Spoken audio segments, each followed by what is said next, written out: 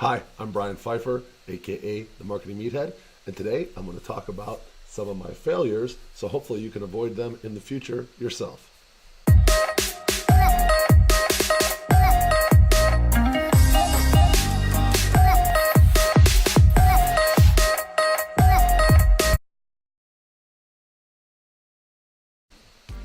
All right, welcome back. Please read the disclaimer. I just wanted to talk a little bit about some of the things I've invested in and started and, basically learned from to get up to now what is a seven-figure company. And hopefully you guys will take some of the stuff I'm going to teach you in this video today and learn from it and avoid some of the pitfalls that I've, fell into. And from that point on, you guys can actually, avoid some of the stuff that I've done. And that's the whole idea here today. Not that I really like talking about my failures because it's not something that I really particularly enjoy, but I feel like this will be a valuable video for everybody that watches it over time. And hopefully you guys will, think back to this video and be like, oh, I remember when this guy did this, and I probably should, do a little more due diligence or research before I invest in this or start this business, etc. So let's get started with, I can kind of break it down into three big failures that have gotten me to the point of success to where I'm at today. And each one of them I learned from, and each one of them I've kind of turned it around into a positive and made it into something later in later years. Now, had I not failed and every one of these things worked out, I'd probably not only be a seven-figure business owner by now, I'd probably be an eight-figure business owner. So, it is what it is. I learned, and I think pretty much every big entrepreneur out there that has been a business owner of some sort has had some failures along the way, and they've learned from them and moved on. And I'm in no way, shape, or form different from anybody else. I've failed a few times, and I've had a lot of successes as well. So let's get started with my first big investment, per se. This was back in 2006. And I invested. I was in the nightclub business. I was a big promoter. I was very successful, and I had the opportunity to kind of take that business to the next level, which in promotion world is basically being an owner of a nightclub. So you go from like promoting the nightclub and bringing the people and the bottle service customers to actually owning the venue, and you're making money on just about everybody that comes in, not just the people you're bringing and not just the customers you're bringing. So that's like the natural evolution for a nightclub, owner or promoter, then to owner, and then eventually maybe own the real estate. That would maybe be the next evolution up. That's where you have the big money coming in, and you don't even have to worry about it, the venue being filled. You're collecting rent either way. But here's how it went down. I was working for this guy. His name was Tony DeMasi. We were running a nightclub called Reserve in Chicago. I was doing their Wednesdays. I basically took their Wednesdays from nothing to made it a successful night. It actually was rocking and rolling for probably a good year. And Tony kind of approached me with an opportunity to buy into their next project, which was another club. They were going to be calling it Crescendo. And Crescendo was basically an extension of what they were doing. They had a 2 a.m. license, and in Chicago there's two different kinds of liquor licenses. There's a 2 a.m. license and there's a 4 a.m. license. So most club owners, once they have a 2 a.m. successful and up and running, they want to buy that 4 a.m. Club and venue so they can send people from one to the other and capitalize on the people going from one club to the next and make money on them twice in a night. That's kind of how promotions worked as well. Pretty much every promoter in Chicago, on any given night, we were always trying to do an early party and a late party. People like to jump around to different venues, and the two different liquor licenses existed. So that's how you made money. You could kind of double dip every night, if you will. And so Tony basically came to me and said, hey, listen, we have this opportunity to invest in or buy a 4 a.m. license place. They're going to, redo the whole place, reopen it up. It was in a great location in River North. It would have been a nice compliment for the particular club that they had called Reserve. So, I was like, this is a great opportunity, man. This is my chance to go all in. I got this successful Wednesday going. I'm making really good money right now. And my house had gone up a lot in value. I think I bought it in 2002, and this was now 2006. The market had just ballooned. That was, about a year and a half prior to 2008 when the market crashed. And if anybody knows about the real estate market in 2006, 2007, that's when things were really, up there. So I was able to pull out some equity on the house doing a refi. I borrowed a little bit of money from my mom, I remember. Sorry about that. And basically what I did is I was able to come up with like $300,000, which was a lot of money for me at the time. Obviously this was, I was in my low 30s, and I pretty much had a successful company, but I wasn't making more than 15 grand a month or maybe 20 grand a month on my best months. But I came up with 300 grand between the combination of my loaning a little bit of money from my mom, what I had saved up, and then my home equity loan on the house, which I pulled out a good chunk of money on the house. I can't remember exactly, but it was probably in excess of 6 figures because of the market was so high. So 300 grand, I came up with that. So I took the 300 grand, I came up, and the deal was structured like this. Apparently, like there was supposedly like 1.2 million in investors. That was what I was told. I had paperwork. Tony DeMasi was the guy that I invested with, was his name.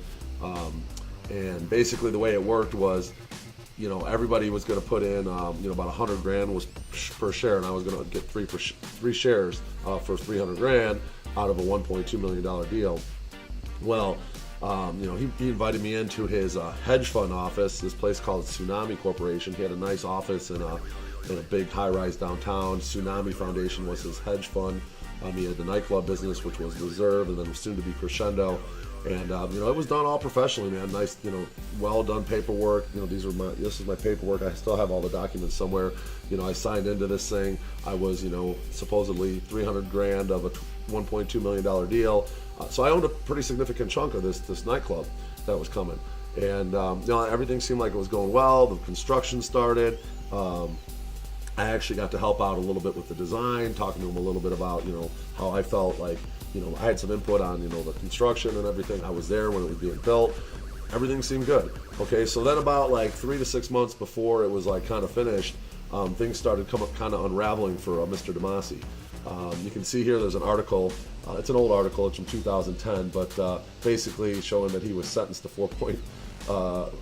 he had a 4.7 million in investment fraud scheme, and he was sentenced to jail and whatnot. But anyway, let me finish with the story. Basically, he was running this hedge fund, and apparently it was like a Ponzi scheme. Nothing like Bernie Madoff level, but on a significant level. I think it was somewhere in the range of more like 11 million. This article says 4.7, but I think it was more like 11. And ironically, one of the guys that I worked out with at my gym, he was invested with DeMasi in his hedge fund, and he was actually kind of one of the reasons I think that things started falling apart for him. Mr. DeMasi, I think what happened was he was investing with DeMasi's hedge fund, and then he was asking for some money back, and that's when the problem started. I think DeMasi was kind of running something where like this hedge fund was money going in. He was claiming he was making all these, all these profits on these investments, but in reality, what he was doing is just bringing in more money, and then any new money that came in, if anybody wanted their money back, he was using that money to pay back the investors, and it was never really making any money. It was just a big Ponzi. So that was DeMasi's downfall. Now his nightclub business actually was doing pretty well, and had the nightclub business been completely separate from his hedge fund Ponzi scheme, then things might have actually worked out in my favor, and maybe the nightclub would have actually finally opened, and we maybe had a chance to get our money back. Well, everything kind of went south, man. The FBI came in, I believe, or the SEC, one of them came in and kind of just started probing around, pretty much eventually shut him down. Wrapped up his nightclub business into his whole operation, and ultimately what I found out later was he not only did he run a fraudulent hedge fund company, a Ponzi scheme, but he was also lying to the guys like me, and he was collecting more money for the nightclub build out than the 1.2 million. I think it was in excess, I don't even remember the exact numbers, but I think it was more like 3.5 or 3.7 million, or maybe even more, that he collected. Ultimately, I think he basically took funds from people in excess of like 10 million. It was closer to maybe 12 million. I don't know exactly the numbers, but at the end of the day, he was basically a big con artist. He was spending the money. He was never really making all that much money. He was going to Vegas on private jets and buying Cristal at the clubs out in Vegas, stupid shit like that. And basically, I got wrapped up in this whole thing. It turned into a big long lawsuit. Ultimately, what ended up happening is, some of the investors got together. We hired like an attorney representation, and I had to pay more money to have be a part of this attorney group that ultimately ended up really doing nothing for us. And so I ended up losing like $355K on this whole deal between the investment and the lawyer fees for this attorney thing that I got involved with, trying to recover some of this money, or at least maybe get the nightclub so we could take it over and either sell it or run it, because it was pretty much built at this point. He did end up getting it just about to the point where it was fully functional and open before this whole thing went down. So long story short, at the end of the day, I ended up getting a check for about $13K back on my $355K loss, the $300K investment and the $55K lawyer fees. And then I think years later, I ended up getting another like $5,000, so maybe about $20K, $18K back total on this $355K I dished out. So basically, the lesson to be learned here is, don't be really, really careful who you invest with. I mean, this guy had like a legit hedge fund company and a high rise called Tsunami Corporation. He had a nightclub that was making money, and everything just seemed so great. I mean, like, he seemed like such a legit dude, and at the end of the day, it just turned out to be a total scam and Ponzi for everybody that got involved. And tons of people lost money, and there's some big wigs in Chicago. I'm sure at some point Demasi's going to get what's coming to him from some of the people that he did rip off. They were kind of like your, AKA mafiosa type people. But that's all water under the bridge at this point. I don't know if I'll ever see any money back on that deal or not. I lost, significant amount of money. Well, excess of, 340K probably before it was all said and done. Plus the opportunity cost of that money, plus the interest I could have made on that money over this whole stretch of like 4 or 5 years. Easily a $500,000 probably screw up in my book. Had that deal worked out, and had I done the right thing with that money instead of the wrong thing, I'd probably be an 8-figure business owner right now instead of a 7-figure business owner. But I can't go back and rewrite the script of time, and I don't have a crystal ball, so it is what it is. So the big lesson to be learned here to everybody that's watching this is, do not invest with people without doing some serious due diligence. I mean, when I'm talking like serious due diligence, I'm talking maybe even hire a private investigator. If you're going to invest the kind of money that I invested with this guy, which was $300,000, having a private investigator look into like what he's really doing might be worth a few $1,000 or even $5,000 at some levels, just to make sure that you are investing with someone that is 100% running a legit operation. What if I would have invested, say, 5 or even 10K into a private investigator? Hindsight's 2020. I may have been able to avoid a $500,000 opportunity cost loss here. So it is what it is. This article, if you want to find it, you can just Google. I just Googled, what did I Google here? It's kind of interesting. Tony Demasi, Chicago, and then the first article that comes up here, basically talks about his, prison sentence. Friday, he was sentenced to 5 years for running a $4.7 million investment fraud scheme. It was more than that, though. I know for a fact it was over $10 million, because I was involved with it on multiple levels and read through all the paperwork and everything. So it is what it is. So that was kind of my first big failure. I was resilient. I sucked it up. Ended up remodeling my house with my own money, and was able to sell that house in 2013. Actually, no, I sold it I think in 2015 for at least what I had invested in it, plus the money in the equity. I didn't really make any money on the house, which would have been nice to walk away with something, but I ended up not losing because the market did recover. I think by 2015 or 16, whenever I did sell it. And I did upgrade the house with my own money, so it is what it is. I ended up not taking I didn't go bankrupt, and I didn't screw up my credit because of that. So it is what it is. So that was the first big lesson. That's screw up number one. Screw up number two. I basically had. I wonder if this website's even up here. I haven't even looked. I started a party bus company in Chicago. This was in about 2011. I came up with an idea. The website's not even up anymore. Funny. And I ended up starting the company, and then I sold it later. But the company was called Surreal Limo. Okay, now I had a very successful nightclub promotion company, and it was called Surreal Nightlife. So naturally, I started a limo company called Surreal Limo. and that was going to be like what happened from like 2008 to 2010 in Chicago. My revenue in the nightclub promotion business started to fall, and significantly fall, to the point where in 2011 I'd say I was about half of what I was in, say, 2008. And that had a lot to do with the economy, had a lot to do with social media. The game changed. You know, the apps of the world started coming out, like the Tinders and the Bumbles. You know, the dating sites became more popular. Facebook was really starting to gain popularity, Twitter, etc. Instagram came out, and what happened was everybody could be a promoter because everybody had access to so many people in these, you know, groups and whatnot. Guys could go on apps and start to, you know, meet girls instead of having to go to the nightclubs during the week.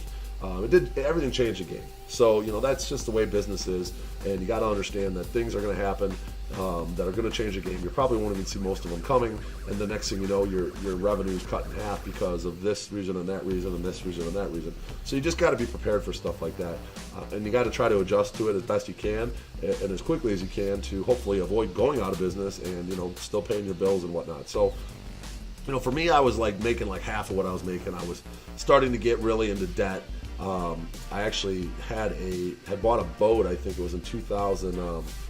I don't know, maybe 11. I think I bought a boat, and that year I actually still had a pretty decent year, but it wasn't over the top. I was kind of like, you know, paying my bills, having fun, but I really wasn't really getting ahead.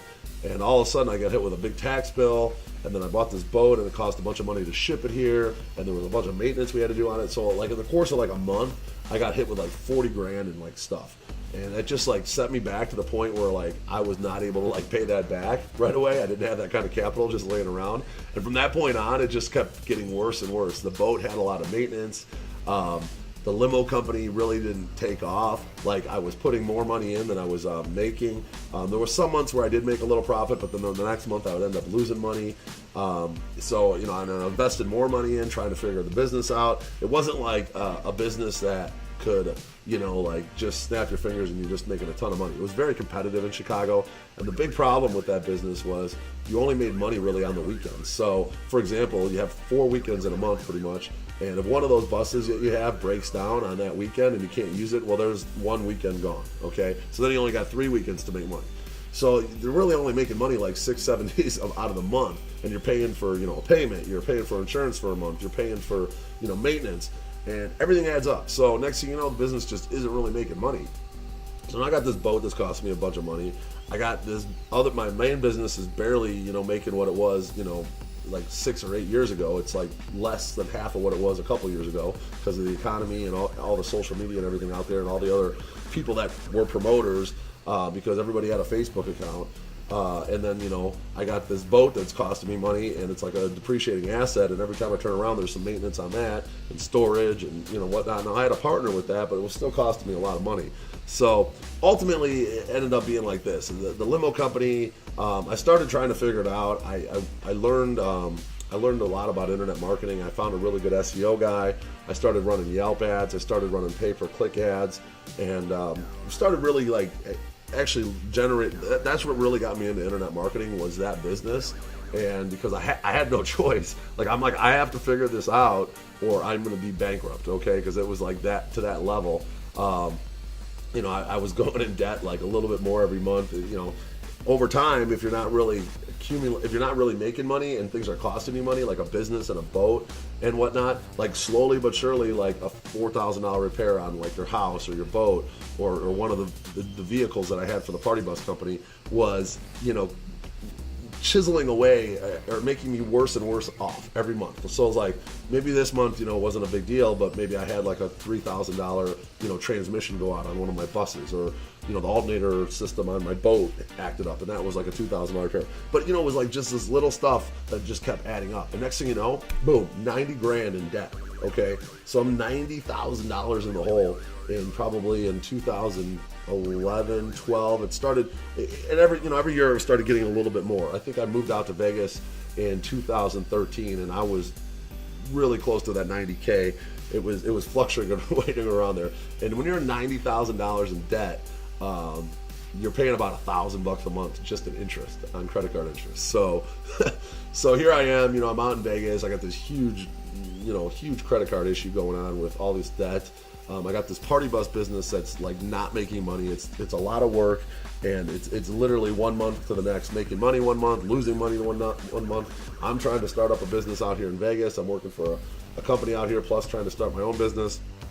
And I was like, dude, like, this is just, life is just miserable right now. I got no money. I'm going more in debt. I got this boat I'm still paying for that we can't sell. I got this party bus company that's making money. So at the end of the day, you know, the lesson to be learned here is, there's a couple lessons actually. The big one is, you know, before you go buy something like a boat or you invest in a business, make sure you have a lot of money that you're going to be able to put aside for like cash flow reasons. Okay, because if you try to run a business on like almost no cash flow, you're going to probably run out, and you're definitely going to be in trouble, and you're going to be putting stuff on credit cards, which are hard to pay off, especially when you got high interest payments and whatnot. So, you know, that's lesson number one. Lesson number two, you know, I learned here was, okay, well, if you start a business in the, you know, today's times, you better damn well know how to do some internet marketing, because, you know, in order to be competitive with like every other company out here, you can take a look here, ad. You know, we were running Google AdWords. Chi-Town Party Bus, that was one of my competitors. I did some partnership with Sim. He's still around. XTC Party Bus, that was an interesting company. They had a lot of bad reviews. All these companies are still around. Chicago Party Buses, that's my SEO guy that I had. He still, I think, runs that company. But all this stuff that I learned when I was running this business, all about, you know, Google, the local advertising, the pay-per-click ads on Yelp and Google. Now, all that stuff I have translated into using into a business now that's a 7-figure company. So, you know, although this business failed, and I think when it was all said and done, after I finally just decided to sell all the buses and sell the website and get rid of the whole company, I think I lost about 125 grand from beginning to end. I kind of added it all up at one point, and that was about what I lost. So, you know, what did I learn from that 125 grand hit? Well, I learned how to do internet marketing, I guess. So, you know, now I've been able to take that knowledge that I've gained and put it toward, you know, a business that is actually making a lot of money. And the final lesson I'd say you learn here is that if something's not working, instead of like trying to drag it out and trying to get it working, like if you can clearly see that there's like no light at the end of the tunnel, and that's kind of where I was at with this business. I just felt like, you know, the money, that the time and the energy I was putting into running this business, having a guy answer the phones, having a guy have to drive and maintenance the buses, or two guys do the driving and whatnot, and the headaches I was dealing with, and the amount of money I was actually making, which was none. I just realized it was the best thing to do was just to cut my losses and move on. Okay, so that's lesson number two. I think is the biggest lesson out of all this is if you got something that's 100% not, looks like it's not going to work, just you know, suck it up, take your losses, and move on to something else. Because at the end of the day, that's going to be a more powerful move for you long term than trying to fix something that's, you know, that's just not working. Okay, so, you know, I think that's the best lesson I can give you guys out of that particular blunder. 125 grand headache. So now, you know, total with my losses in real cash, I lost roughly 340K on the first deal, not counting opportunity costs and interest and all that stuff. 125K on that deal. I'm close to $500,000 in screw ups. Okay. And now there is the third one. Okay, so I know this is kind of a long video, so I'll try to make this one as quick as possible. Now, I don't really consider this one a complete failure yet because I haven't had the time to go in and really see if I can make this work. But I did invest a significant amount of money in my newest website for my main promotion company, which was surrealnightlife.com. I think I invested roughly between 30 and 40K with all the design and extra stuff I built out. Now I'm using some of that stuff, but even to this day, that site's up. It's, you know, it's well built. I had actually had it later redone from a WordPress site into a HTML site and coded properly for Vegas site anyway. Chicago's still coming this year, but I found a company. You know, these guys kind of sold me the you know, the dream. They're going to build me this awesome site. I spent like 30 grand with them. It, you know, it was supposed to be like a 10K site, turned into be like a 30K site. Which, if you guys know anything about building out websites from scratch, That's a typical kind of path. Unfortunately, like, these web companies tend to promise the world, and then you start building it out, and then you realize, well, I need this, and I need this, and next thing you know, they have one developer. It's taking like 5 times longer than it's supposed to. It's costing like 4 times as much as it's supposed to. I mean, I've done a number of big websites over the years, and I've never had one just go completely like easy and smooth. So that's kind of, I think, my third failure, I would say. It's not really a failure to the point where I feel like I got totally ripped off, because I got the site up, and it is up, and it is generating leads right now, but it's not generating the kind of leads that I thought it was going to generate when we built it out, okay? And never really has popped to the point where I bought another company about a year ago, and that company generates a ton of leads. And the old company, Surreal Nightlife, those sites just, they don't really generate that many leads, maybe 4 or 5 or 6 leads a week. Which is not great. I mean, the other sites, sometimes I get 20 or 30 a day. So, not to say that Surreal doesn't have a chance of being a monster at some point, but it's just, I invested all that money with that first web company. We built out this, what was supposedly a beautiful WordPress site. And ultimately, I spent a bunch of money. I could have probably had it done by somebody else for a lot less money. My current developer, I actually have a developer on staff now, was like, wow, you spent that much money? He was kind of like joking about it, and I didn't think it was very funny, but he did, so it is what it is. But at the end of the day, another big lesson to be learned here is, if you ever work on a big website and you're going to do a build out for a business, I would highly recommend that you get a written contract, and you get exactly what you're going to get done in that contract, and you don't give them more than like a certain amount of the money, maybe to start the project, maybe another amount of the money, like a third more money, like as they're almost done with the project, and then maybe the rest of the money when they're finally done with the project. Because ultimately, what ended up happening was I spent like between like 30 and 40 grand, I think, on the original site. Ultimately, I ended up recoding that entire site, making it a lot better with my own developer than working with this company. And I was going at it with this company. They took forever to build it out. It just was a big headache, man, and it's just never produced the results like they had promised. And I don't know, it definitely was a little bit of a failure. I mean, looking back, I just wish I would have found my current developer 2 years ago, and I wouldn't even invested that kind of money, and I could have done other stuff with that money. So there was an opportunity cost there. But at the end of the day, now my current developers built out a forum on that site. We really haven't had a chance to get in there and build it out. We are working on like what's called like a central event system for all our sites. We're going to have apps coming out later this year for all the sites. And then at that point, I think I'm going to delve a little bit more into maybe hiring either another VA or a person that can kind of really work on the forum. I think the site still has potential, and I think eventually we'll probably end up turning it into a pretty big nationwide monster.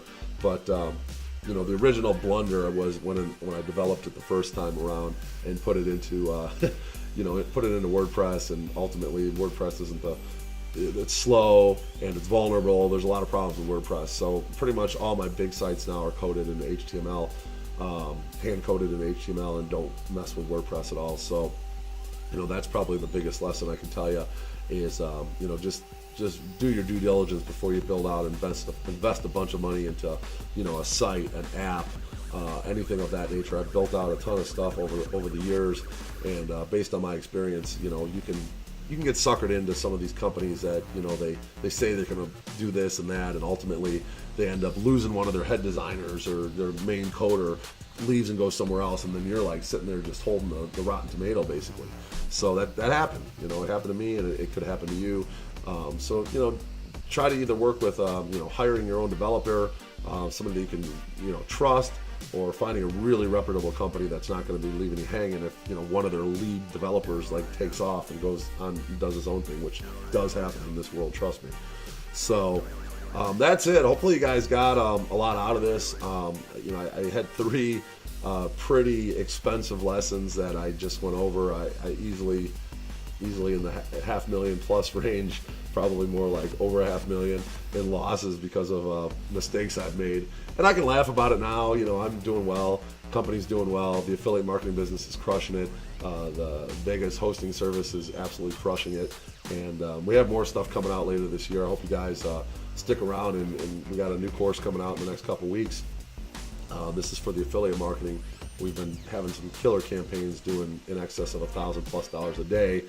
We're going to love to show you guys all this stuff. So if you stick with us, we're definitely going to keep hopefully not making mistakes and generating great returns on our ROI. And we look forward to working with everybody out there in the future. I'm the Marketing Meathead. If you could leave me a comment below and let me know about your biggest failure and what you learned from it, I would appreciate that, because maybe I'll learn something from you and avoid another pitfall. And if you could, hit that subscribe button and bang that notifications bell. We are out.